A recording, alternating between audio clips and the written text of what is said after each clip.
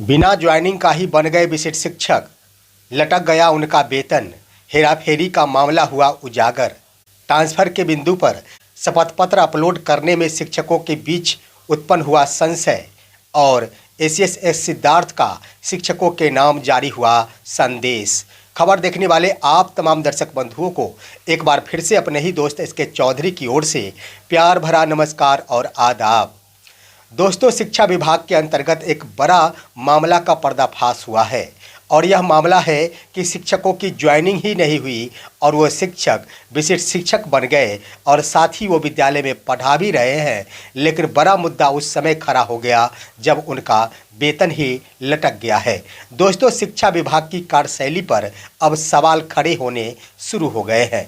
तो वहीं दोस्तों, ट्रांसफ़र पाने वाले तमाम शिक्षक जिनका ट्रांसफ़र हो चुका है, उन शिक्षकों के बीच अब एक और समस्या उत्पन्न हो गई है कि वह समस्या है शपथ पत्र अपलोड करने के क्रम में। संशय उत्पन्न इस बात के लिए हो रही है कि आखिर शपथ पत्र किस तिथि को अपलोड किया जाएगा। ऐसा ना हो कि शपथ पत्र अपलोड नहीं करने के एवज में उनका ट्रांसफ़र ही रद्द समझा जाए। वहीं दोस्तों, एसीएस डॉक्टर एस सिद्धार्थ के द्वारा तमाम प्रधानाध्यापक एवं शिक्षकों के नाम एक संदेश जारी किया गया है, जिस संदेश के अंतर्गत एसीएस डॉक्टर एस सिद्धार्थ के द्वारा शिक्षकों के ऊपर एक बड़ी जिम्मेदारी सौंपी गई है। वहीं शिक्षकों के बीच जो समस्याएं हैं, वो समस्याएं लेकर शिक्षक आज भी अपनी आवाज़ें बुलंद कर रहे हैं। साथ ही साथ प्रधान शिक्षक के अभ्यर्थी भी संशय में बने हुए हैं कि आखिर अभी तक ना तो उनका जिला आवंटित किया गया और उधर ब्लॉक ऑप्शन चुनाव का भी तिथि जारी कर दिया गया है। दोस्तों, आज के इस वीडियो में इन्हीं तमाम बिंदुओं के ऊपर हम विस्तार पूर्वक चर्चा करेंगे। लेकिन इससे पहले एक बार फिर से मैं गुजारिश करना चाहूँगा कि अगर आपने अभी तक हमारे इस चैनल सुसत्य वचन को सब्सक्राइब नहीं किए हैं तो कृपया अभी सब्सक्राइब कर लेंगे। दोस्तों, बिहार शिक्षा जगत के अंतर्गत एक बड़े मामले का खुलासा हुआ है और यह मामला है विशिष्ट शिक्षकों का योगदान। विशिष्ट शिक्षक योगदान ही नहीं किए हैं और विद्यालय में उपस्थित होकर बच्चों के बीच शैक्षणिक कार्य में संलग्न है। दोस्तों, इस मामले का उजागर उस वक्त हुआ जब शिक्षक वेतन के लिए आवाज़ें उठानी शुरू कर दी। जब 3 महीने बीत गए, उसके बाद भी जब शिक्षकों का वेतन नहीं मिला, तब यह मामला सामने उभर कर आया कि पूरे राज्य भर में लगभग 10,000 से ऊपर की संख्या में शिक्षक हैं जो विशेष शिक्षक का दर्जा प्राप्त कर लिए, परंतु उनका टेक्निकल ज्वाइनिंग अभी तक नहीं हुआ है।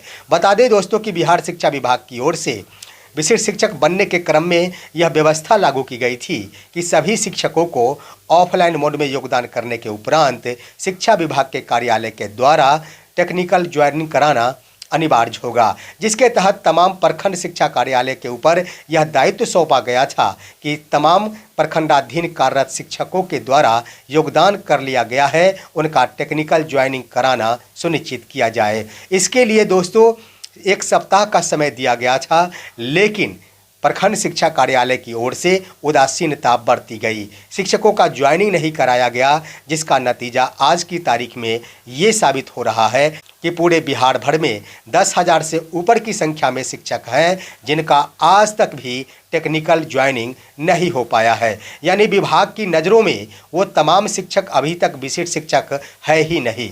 दोस्तों, मैं बता दूं, जो खबर प्राप्त हो रही है उसके अनुसार प्रखंड शिक्षा कार्यालय के ऊपर यह दायित्व सौंपा गया था, लेकिन प्राप्त जानकारी के अनुसार प्रखंड शिक्षा कार्यालय को यूजर आईडी और पासवर्ड नहीं दिया गया और सीधे ही जिला स्तर से ही शिक्षकों का टेक्निकल ज्वाइनिंग करा लिया गया, जिस क्रम में ढेर सारे शिक्षक टेक्निकल ज्वाइनिंग से वंचित हो गए।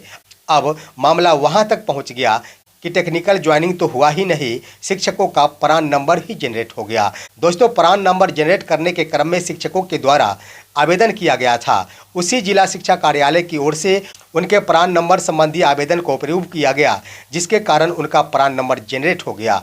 परंतु प्रान नंबर जनरेट हो जाने के बाद जब HRMS पोर्टल पर ऑनबोर्डिंग का मामला सामने आया, उस वक्त उन शिक्षकों को वंचित कर दिया गया। नतीजा ये हुआ कि शिक्षक का HRMS पोर्टल पर ऑनबोर्डिंग नहीं हो पाया और वो शिक्षक वेतन से वंचित रह गए। अब सवाल खड़ा होना शुरू हो गया है कि आखिर इनका टेक्निकल ज्वाइनिंग कब कराया जाएगा। दोस्तों, इसके संबंध में जब शिक्षकों की ओर से आवाज़ें उठाई गई है, उसके बाद शिक्षा विभाग हरकत में आई है और जल्दीबाजी में आकर शिक्षकों की सूची मांग की गई है। शिक्षकों की ओर से सूची भी प्रखंड शिक्षा कार्यालय को भेज दिया गया है और प्रखंड शिक्षा कार्यालय स्तर से इनके टेक्निकल ज्वाइनिंग पर कार्य किया जा रहा है। लेकिन अब सवाल है कि टेक्निकल ज्वाइनिंग करने में विलंब नहीं हो। अगर विलंब होती है तो निश्चित रूप से ऑनबोर्डिंग का कार्य विलंब से होगा और जिसका परिणाम होगा कि इन शिक्षकों के वेतन के भुगतान में और भी ज़्यादा समय लगेंगे। दोस्तों, मैं बता दूं कि यह तो सिर्फ टेक्निकल ज्वाइनिंग के मामले उजागर हुए हैं, लेकिन और भी मामले हैं जिसका उजागर हुआ है। हमने कल के वीडियो में बातें की थी कि 31 मार्च 2025 को शिक्षकों का वेतन का भुगतान कई जिलों की ओर से किया गया है। दोस्तों, इसमें वास्तविकता भी थी और शिक्षकों का वेतन का भुगतान भी हुआ था। लेकिन इसी क्रम में ये मामला सामने उभर कर आ गया कि उन शिक्षकों का वेतन का भुगतान किया गया जिनका नंबर क्रम बाद में था, जिन शिक्षकों का प्रान नंबर ही बाद में जनरेट हुआ, जिन शिक्षकों का ऑनबोर्डिंग भी बाद में हुआ, उन शिक्षकों का वेतन का भुगतान कर दिया गया। लेकिन जिनका प्रान नंबर पहले जनरेट हुआ था, जिनका HRMS ऑनबोर्डिंग का कार्य पहले हो चुका था, उन्हें वेतन से वंचित कर दिया गया, जिसके कारण शिक्षकों में नाराजगी देखी जा रही है। फिलहाल 3 महीने गुजर चुके हैं और ऐसे में एक तरफ जहां टेक्निकल ज्वाइनिंग के कारण शिक्षकों का वेतन लंबित होना और दूसरी तरफ पहले क्रम वाले शिक्षकों को वेतन भुगतान से वंचित करते हुए बाद वाले शिक्षकों का वेतन का भुगतान कर देना शिक्षा विभाग के ऊपर सवाल जरूर खड़ा करता है। लेकिन मैं अपने वीडियो के माध्यम से उन तमाम शिक्षक बंधुओं से आग्रह करना चाहूँगा कि शिक्षा विभाग सजग है और कुछ विलंब हो सकती है, लेकिन मेरा मानना है कि 4 से 5 दिनों के अंदर निश्चित रूप से तमाम विशिष्ट शिक्षकों का वेतन का भुगतान हो जाएगा और HRMS पोर्टल पर भी उन सभी का ऑनबोर्डिंग का कार्य हो जाएगा। वहीं दोस्तों, स्थानांतरण पाने वाले शिक्षकों के बीच एक संशय उत्पन्न हो गई है। संशय इस बात के लिए है कि शिक्षा विभाग की ओर से ट्रांसफर संबंधी जो अधिसूचना जारी की गई थी, उस अधिसूचना में इस बात का उल्लेख किया गया था कि ट्रांसफर पाने वाले शिक्षकों को 2 शपथ पत्र ई शिक्षा कोष पोर्टल के माध्यम से ही अपलोड करने होंगे और जिन शिक्षकों के द्वारा यह अपलोड नहीं किया जाएगा उनका ट्रांसफ़र रद्द कर दिया जाएगा। दोस्तों, उस पत्र में इस बात का उल्लेख नहीं किया गया था कि आखिर शपथ पत्र किस तिथि से लेकर किस तिथि तक अपलोड किया जाएगा। हाँ, इतना जरूर है कि विद्यालय आवंटन के लिए तिथि का निर्धारण किया गया था कि 10 अप्रैल से लेकर 20 अप्रैल 2025 तक शिक्षकों का विद्यालय का आवंटन किया जाएगा। लेकिन शपथ पत्र अपलोड करने के लिए कोई तिथि का निर्धारण नहीं किया गया था। यह निश्चित है कि तिथि का निर्धारण होना चाहिए था। जहां विद्यालय आवंटन की तिथि का निर्धारण कर दिया गया, वहीं पर शपथ पत्र अपलोड का भी तिथि का निर्धारण हो जाना चाहिए था। लेकिन शिक्षकों में संशय उस वक्त शुरू हो गई जब समाचार पत्र में इस बात को प्रमुखता से छापा गया कि शपथ पत्र अपलोड नहीं करने वाले शिक्षकों का विद्यालय आवंटन स्थगित। शिक्षक हेडिंग पढ़ते ही संशय में आ गए कि शायद मेरा ट्रांसफ़र रद्द तो नहीं हो गया। दोस्तों, मैं उन तमाम शिक्षकों से यह कहना चाहूँगा कि अभी तक पोर्टल नहीं खुला है। जिस पोर्टल के माध्यम से शिक्षकों के द्वारा ट्रांसफ़र हेतु आवेदन किया गया था, उस पोर्टल पर शपथ पत्र अपलोड संबंधी कोई भी आइकन अभी तक शो नहीं कर रहा है। मेरा मानना है कि निश्चित रूप से इसके संबंध में 4 अप्रैल 2025 से अपलोड करने संबंधी पोर्टल को विकसित किया जाएगा और शिक्षक 4 अप्रैल से अपना शपथ पत्र अपलोड कर सकते हैं। लेकिन इस बीच उम्मीद है कि एक पत्र जरूर जारी किया जाएगा, क्योंकि अपलोड करने संबंधी अभी तक पत्र जारी नहीं किया गया है। इसकी तिथि की घोषणा अभी तक शिक्षा विभाग की ओर से नहीं की गई है। एक पत्र भी जारी होगा, लेकिन शिक्षकों को सजग रहने की ज़रूरत है। हर दिन शिक्षकों को अपना टीचर मॉडल ई शिक्षा कोष पोर्टल पर खोलकर देखते रहना होगा कि आखिर शपथ पत्र अपलोड संबंधी आइकन शो कर रहा है या फिर नहीं कर रहा है। अगर शो कर रहा है तो शिक्षकों को चाहिए कि वो सभी के सभी अपना शपथ पत्र अपलोड कर दे। वहीं दोस्तों, प्रधान अध्यापक एवं प्रधान शिक्षकों के बीच भी एक और संशय उत्पन्न हो गया है। संशय इसलिए उत्पन्न हो गया है कि इन सभी को अपना 3 ब्लॉक चुनाव करने का अवसर प्रदान किया गया है, जो कि 4 अप्रैल 2025 से किया जाना है। दोस्तों, अभी तक प्रधान शिक्षक एवं प्रधानाध्यापकों का जिला आवंटन नहीं हुआ है। आखिर शिक्षक जो 4 अप्रैल तक पहुंचने वाले हैं, इस बीच तक उनका जिला ही आवंटित नहीं हुआ। शिक्षकों को यह पता भी नहीं है कि आखिर मेरा जिला कौन सा है और मैं किस जिले का कौन सा 3 प्रखंडों का चुनाव करूं। तो आखिर इन प्रखंडों का विकल्प देने से फायदा ही क्या है।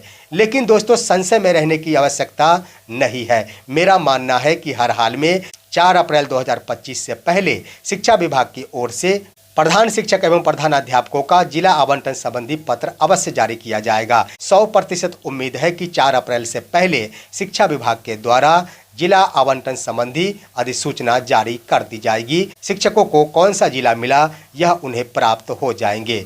वहीं दोस्तों, एसीएस डॉक्टर एस सिद्धार्थ के द्वारा बिहार के तमाम प्रधानाध्यापक एवं शिक्षकों को एक संदेश भरा पत्र जारी किया गया है, जिस पत्र के माध्यम से कई प्रमुख बातों का उल्लेख किया गया है। सबसे पहले इन बातों का उल्लेख किया गया है कि कक्षा 1 के छात्रों को विद्यालय से जोड़ा जाए और पहले महीने अप्रैल महीने में इस कदर उनके साथ व्यवहार किया जाए कि वो तमाम छात्र विद्यालय के प्रति अपना लगाव महसूस कर सके और अपने जीवन का जुड़ाव स्थापित कर सके। साथ ही साथ कक्षा 2 से लेकर 8 तक के लिए तमाम शिक्षकों से अपील की गई है कि फिलहाल उन सभी के लिए पिछली कक्षा का पाठ्यक्रम ही रिवीजन कराया जाए, पिछली कक्षा का सिलेबस ही उन्हें रिवाइज कराया जाए, जिसके तहत गणित, विज्ञान और बुक रीडिंग को प्राथमिकता दिया जाए। यानी कक्षा 2 से लेकर 8 तक के छात्रों का अप्रैल महीने में पूर्व का सिलेबस ही रिवीजन कराया जाएगा ताकि उनमें गुणात्मक विकास हो सके। साथ ही साथ दोस्तों,